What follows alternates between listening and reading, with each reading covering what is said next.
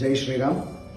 ದಿನಾಂಕ 28/7/2026 ಮಂಗಳವಾರ ಸಂಜೆ 6:30ಕ್ಕೆ ಹುಣ್ಣಿಮೆ ಪ್ರಾರಂಭ ಆಗುತ್ತೆ. ಅದೇ ರೀತಿ 29/7/2026 ಬುಧವಾರ ರಾತ್ರಿ 8 ಗಂಟೆಗೆ ಹುಣ್ಣಿಮೆ ಮುಗಿಯುತ್ತೆ. ರಾತ್ರಿ ಮಾಡೋರು ಮಂಗಳವಾರ ರಾತ್ರಿನೂ ಹುಣ್ಣಿಮೆ ಮಾಡಬಹುದು ಸತ್ಯನಾರಾಯಣ ಸಿಂಹ ಪೂಜೆನ, ಮತ್ತು ಬುಧವಾರ ರಾತ್ರಿನೂ ಸತ್ಯನಾರಾಯಣ ಸಿಂಹ ಪೂಜೆ ಮಾಡ್ಬೋದು. ಸ್ವಲ್ಪ ಜನ ಪದ್ಧತಿ ದೇವಸ್ಥಾನದಲ್ಲಿ ಅಥವಾ ಮನೆಯಲ್ಲಿ ಬೆಳಿಗ್ಗೆ ಹೊತ್ತು ಮಾಡೋರಿದ್ದಾರೆ, ಸಂಜೆ ಹೊತ್ತು ಮಾಡೋರಿದ್ದಾರೆ. ಮಂಗಳವಾರ ಸಂಜೆನೂ ಮಾಡ್ಬೋದು, ಬುಧವಾರ ಸಂಜೆನೂ ಮಾಡ್ಬೋದು, ಏನು ತೊಂದರೆ ಇಲ್ಲ.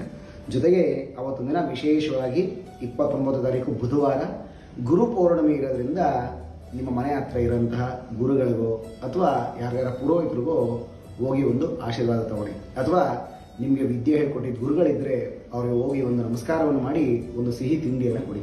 ಒಳ್ಳೆ ಗುರುವಿನ ಅನುಗ್ರಹ ಆಗುತ್ತೆ. ನಾವೇನೇ ಒಂದು ಕೆಲಸವನ್ನು ಮಾಡಬೇಕಾದ್ರೆ ನಮ್ಮ ಹಿಂದೆ ಒಳ್ಳೆ ಗುರುಗಳಿರಬೇಕು, ಮುಂದೆ ಒಳ್ಳೆ ಗುರಿ ಇರಬೇಕು. ಆವಾಗ ಮಾಡುವಂಥ ಕಾರ್ಯದಲ್ಲಿ ಎಲ್ಲ ರೀತಿಯಲ್ಲೂ ಜಯವನ್ನು ಉಂಟು ಮಾಡ್ತಾನೆ. ಅದರಿಂದ ಈ ಗುರು ಪೌರ್ಣಿಮೆ ದಿನ ನಿಮ್ಮ ಮನೆ ಹತ್ರ ಇರೋವಂಥವ್ರಾಗ್ಬೋದು ಅಥವಾ ನಿಮ್ಮ ಮನೆಯ ಪುರೋಹಿತರುಗಳಾಗ್ಬೋದು, ಅವರಿಗೆ ಒಂದು ಸಣ್ಣ ಫಲತಾಂಬೂಲವನ್ನು ಕೊಟ್ಟು ಅವರ ಆಶೀರ್ವಾದವನ್ನು ತಗೊಳ್ಳಿ. ಸಂಪೂರ್ಣವಾಗಿ ಆ ಗುರುವಿನ ಕೃಪೆ ಆಗುತ್ತೆ. ನಾವು ಹೇಳ್ತೀವಿ, ಯಾಕೆಂತಂದರೆ ಆ ಗುರುವಿನ ಅನುಗ್ರಹ ಇತ್ತು ಅಂತಂದರೆ ಯಾವತ್ತೂ ಸೋಲು ಬರಲ್ಲ.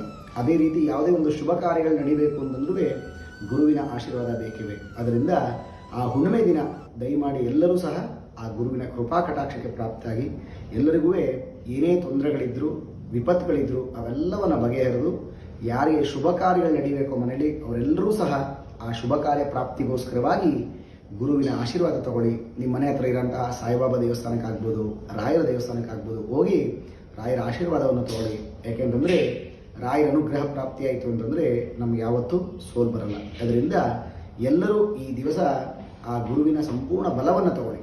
ಎಲ್ರಿಗೂ ಒಳ್ಳೆಯದಾಗುತ್ತೆ, ಶುಭವಾಗಲಿ. ಜೈ ಶ್ರೀರಾಮ್. ನಮಸ್ತೆ, ಜೈ ಶ್ರೀರಾಮ್.